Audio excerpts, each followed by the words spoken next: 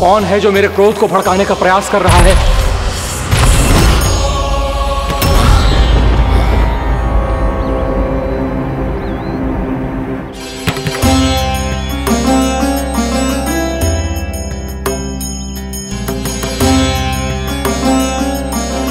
अभी क्या देखा मैंने?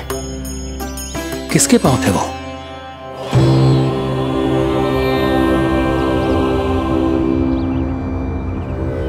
मैं आप सबका कष्ट हरूंगा। मैं अवश्य अवतार लूंगा। मैं अवश्य अवतार लूंगा श्री कृष्ण के रूप में। श्री कृष्ण के रूप में। श्री कृष्ण के रूप में।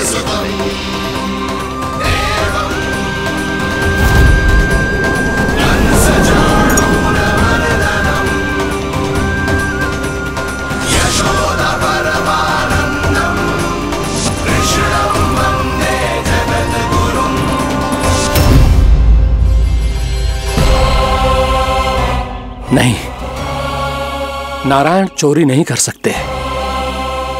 अवश्य ये कोई पाखंडी है। यदि मेरा आभास सही है तो अब न ये मेरे क्रोध से बच पाएगा और न ही मेरे श्राप से। न ये मेरे क्रोध से बच पाएगा और न ही मेरे श्राप से।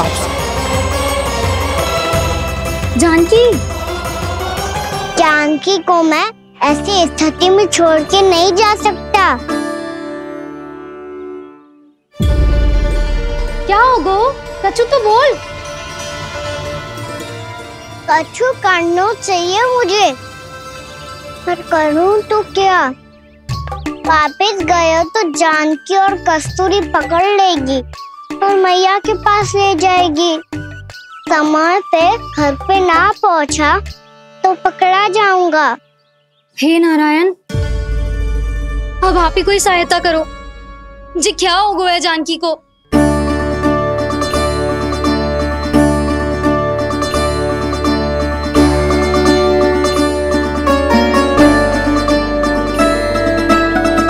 कस्तूरी, कस्तूरी, कस्तूरी।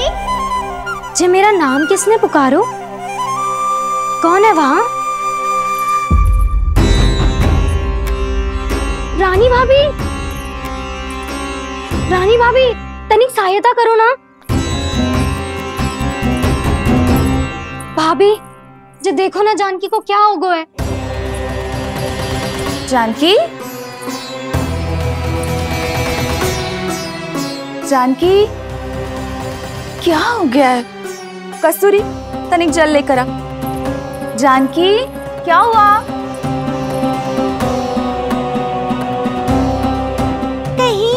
ये तो नहीं सोच रहे प्रभु कि बड़ी माँ थोड़ी देर में मैया को भी यहाँ बुला लेंगी? हाँ, और तब मैं निश्चिंत होकर घर जा पाऊंगा। पर प्रभु, यदि मैया को घर से निकलने से पहले ही पता चल गया कि आप घर पर नहीं हैं, तो क्या होगा? ना, कुछ तो गड़बड़ है। कहीं चोट लगने का तो प्रभाव ना है कि जे इतना सो रहा है। यदि मैया को आपकी अनुपस्थिति का पता चल गया तो क्या करेंगी वो? यशोदा, मुझे लगता है कि तुम्हारा मन आजकल ढूंढने लगो है कि कहीं से तुम्हें चिंता मिल जाए और तुम उसे व्यर्थ में ही ले लो। कहना क्या चाहते हो आप? यही कि तुम्हारा लल्ला कितनी शांति से सो रहा है और तुम यहाँ उसकी चिंता कर रहे हो। सुबह की चोट को तो कब का भूल गए हो। तुम ही बताओ, तनिक भी पीड़ा होती इसे तो इतनी शांति से सो पाते हो ना? तो बस, तो फिर चिंता मत ही करो। मैं रहूंगा ना इसी कक्ष में, ध्यान रखूंगा उसका। तो जे बोलो ना, आपको भी कान्हा के जैसे चादर तान के सोनो। अरे ना, भरी दोपहर में कोई सोता है क्या भला? पक्की बात? हाँ, पक्की बात। मैं लल्ला को ध्यान रखूंगा, तुम चिंता मत करो। हाँ हाँ ठीक है। वैसे भी मुझे बहुत कार्य है। इतना सारा माखन इकट्ठा होगा है, पुराना होने से पहले इन सब का घी निकालना है। जानकी कह रही थी आएगी सहायता करने, तो कहीं ना है।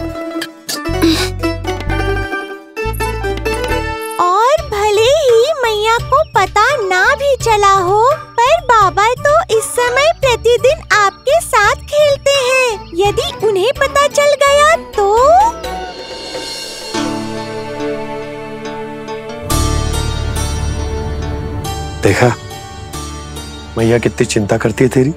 एक बार बाबा को पता चल गया तो फिर मैया को तो पता चलना ही है। उनसे अधिक देर तक छिपा नहीं पाएंगे बाबा।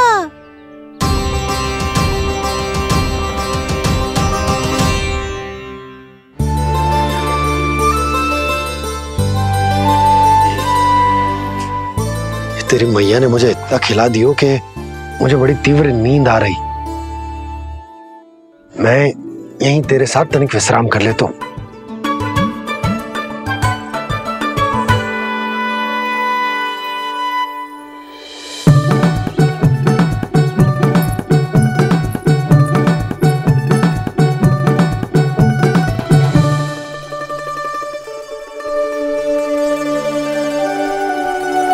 पता था मुझे यही होने वाला है। दोनों बाबा लल्ला आनंद से नींद लो, मुझे बहुत सारा कार्य करना है। चाहे बाबा को पहले पता चले या मैया को, आपके लिए तो दोनों ही स्थितियों में संकट है प्रभु। तीनों स्थितियों में मूली तीसरी स्थिति कौन सी प्रभु? वो भी तो पधार रहे हैं। वो कौन? जगत विख्यात महर्षि, अत्यंत क्रोधित स्वभाव वाले। प्रभु महर्षि दुर्वासा। उनका गुस्सा बहुत खतरनाक है, इतना कि देवराज इंद्र तक नहीं बचे। मेरा ऋषि दुर्वासा का घोर अपमान किया है तुमने देवराज इंद्र। जिस प्रकार से तुमने मेरी वरदान में दी हुई माला को ठुकराया है, उसी प्रकार से तुम्हारा पद तुम्हें ठुकराएगा और तुम्हारे साथ साथ अन्य सभी देवता भी अपने अपने पदों से नीचे गिरकर श्री विहीन हो जाएंगे। ये मेरा शाप है तुम्हें, ये मेरा शाप है तुम्हें, ये मेरा शाप है तुम्हें।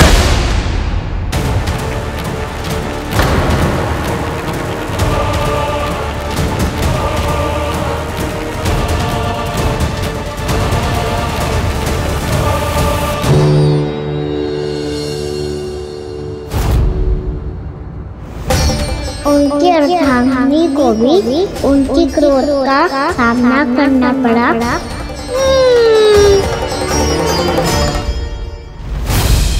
तुमने मेरी आज्ञा का अनादर करके मेरे सम्मान को भस्म कर दिया है कदली।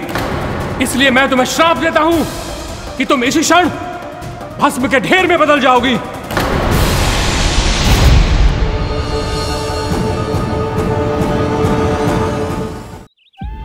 ये क्या किया महर्षि आपने? इंद्र को भी नहीं छोड़ा, देवताओं पे भी दया नहीं की आपने, और अब मेरी पुत्री को अपनी क्रोधाग्नि से भस्म कर दिया।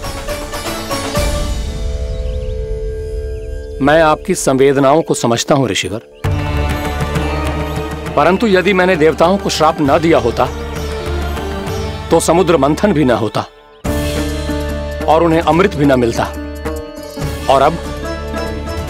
और अब मेरे श्राप से आपकी पुत्री और मेरी पत्नी कदली फल बनेगी और श्री विष्णु जी की कृपा से सभी पूजाओं में सबसे अधिक प्रयोग होने वाले फल होने का सम्मान प्राप्त होगा उसे।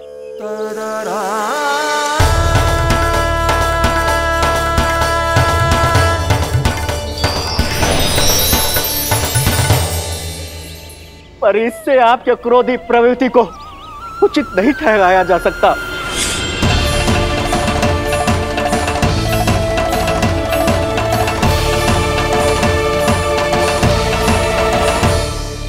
पर प्रभु, आपको उनसे संकट क्यों है? उन्हें थोड़ी ना पता है कि आपने क्या किया है। उनकी तपस्या की शक्ति को कम मत आगो मुरली, उन्हें सब पता चल चुका है। फिर तो फंस गए बुरी तरह से। अब केवल भयभीत ही करोगी, कोई उपाय भी सोचाओगी? प्रभु, इससे पहले कि ऋषि दुर्वासा या कोई और घर पहुँचे, आपको घर पहुँचना होगा ताकि मैया किसी और पर विश्वास ही ना करे। तो तो चलो फिर।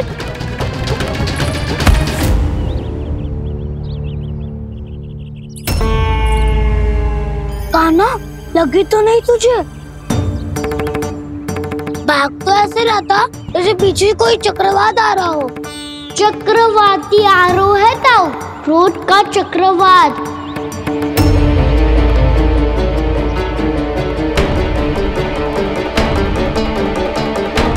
कैसे संभालूंगा मैं महर्षि दुर्वासा को?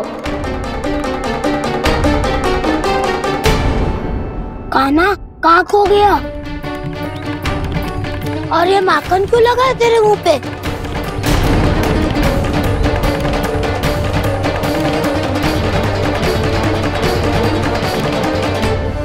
माखन, तुम सब यहाँ क्या कर रहे हो? मैंने तुझे चुपचाप घर से निकलते हुए देखा तो मैं इन सब को एकत्र करके तुझे ढूंढने निकल पड़ा। देखो देखो, उसके मुंह के साथ उसके वस्त्र पर भी माखन लगा है। लगता है माखन खा के ना माखन में डुबकी लगा के आए हो कान्हा। कहाँ से? अकेले अकेले चला गो अपने पक्के सका से, पूछे तक ना तूने। मुझे भी ले चलता कान्हा, मेरी मैया तो बिना पूछे माखन सुने भी नहीं देती। मुझे ऐसा क्यों लग रहा है कान्हा कि तूने माखन चोरी चुप के खाया है, और वो भी किसी अपरिचित के घर से? कान्हा, किसी अपरिचित घर से ना खायो। मैं तो जानकी के घर गया था चुपके माखन खाने। हैं? प्रभु, अपना भेद स्वयं ही बता दिया सबको।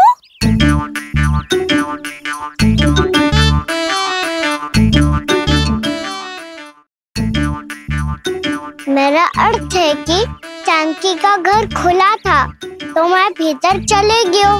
ना पूछे, पर वो तो सो रही थी ना, इसके लिए मैंने माखन बिना पूछे ही खा लियो। इसी को तो चोरी करना कहते हैं कान्हा। चोरी? ताई जी को पता चल जाएगा तो क्या होगा तेरा? कौन बताएगा मैया को? हम बताए या ना बताए, तेरे मुंह और वस्त्रों पे लगा माखन स्वयं ही बता देगा।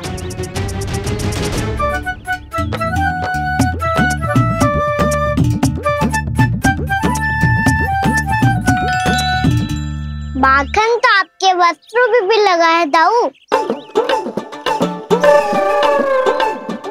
ये तो तब लगा होगा जब तू मुझसे टकराया था। हाँ, मैया तो यही सोचेगी ना कि आप मेरे साथ ही थे। अब बताओ, कौन बताएगा मैया को? वसंता भी ने तो सुना है, ये बताएगा। सोच ले वसंता, मैया को मेरी बुराई सुन के क्रोध आया तो? नाना, मैं ना बताऊंगा।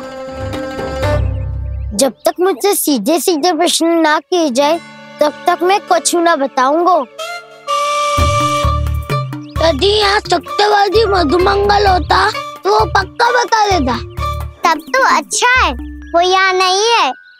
मैं बताऊंगा ताई जी को, क्योंकि मुझे ताई जी ने सब सूचना देने को कहा था। कब? सुबह जब मैं ताई जी को पूजा के फूल देने को गया था। सुन, तेरी आंख के सामने कछु उल्टा सीधा हो या कोई अत्यधिक शरारत करे तो सीधे आके मुझे सूचना दियो, समझ गो? ना बताएगो ना तो मैं कान्हा को बाहर भेजने की आज्ञा वापस ले लूंगी। नाना, आप आगे वापस मत देना, मैं सब बताऊंगा। इसलिए आपको तो ताई जी को बताना पड़ेगा।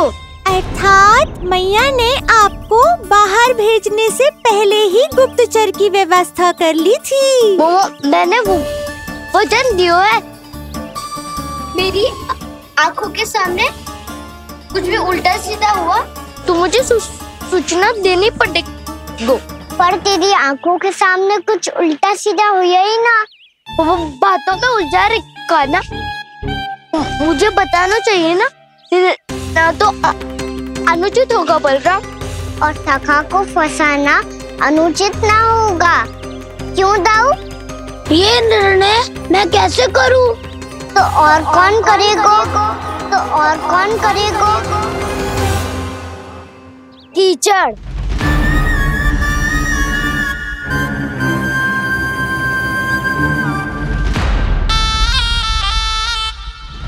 कीचड़ इन्हें कैसे करोगे?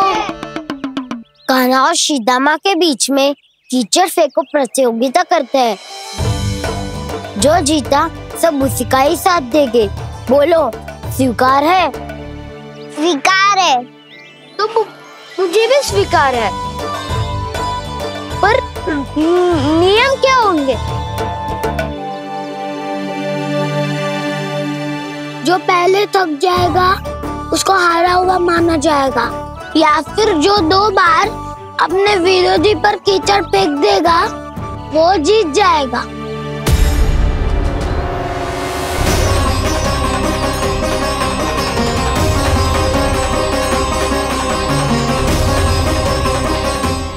माखन चोरी की घटना के कारण महर्षि पहले ही क्रोधित है। अब कीचड़ से खेलता हुआ देखकर उन्हें और क्रोध न आ जाए।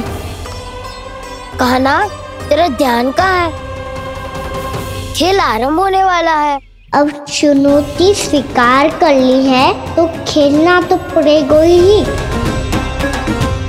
तो फिर चलो।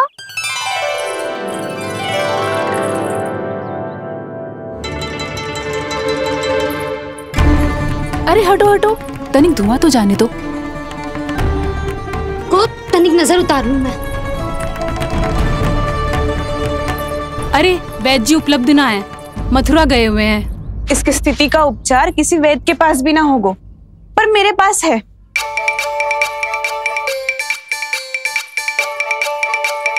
अरे अरे बस करो ये सब। ये अधिकतर समय यशोदा के साथ ही होती है। हो सकता है उसे कुछ पता हो। जाओ, कोई शीघ्र जाकर यशोदा को बुला ला। मैं बुला लाती हूँ। हाँ हाँ।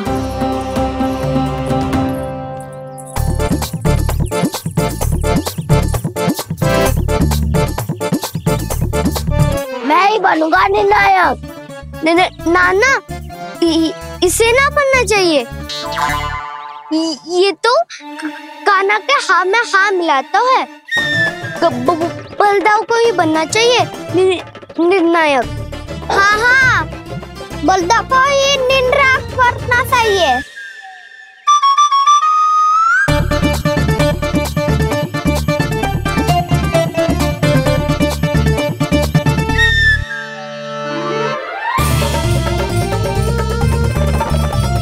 आरंभ करो।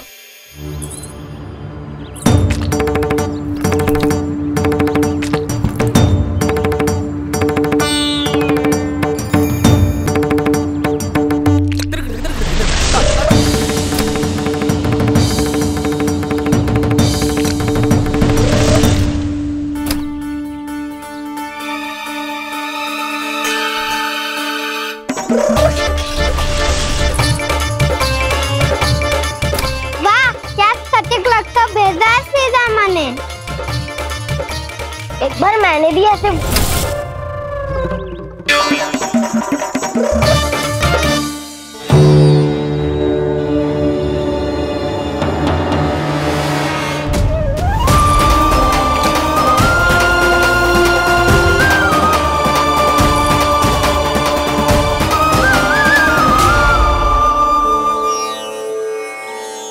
मैं बिल्कुल सही था। जो बालक सबके घरों से माखन चुराए, जो कीचड़ से खेले, वो नारायण का अवतार कदापि नहीं हो सकता। ये अवश्य कोई छलिया है जो कृष्ण होने का स्वांग कर रहा है। इसे इसके अपराध का बहुत कड़ा दंड दूंगा मैं। इसे इसके अपराध का बहुत कड़ा दंड दूंगा मैं। इसे इसके अपराध का बहुत कड़ा दंड दूंगा।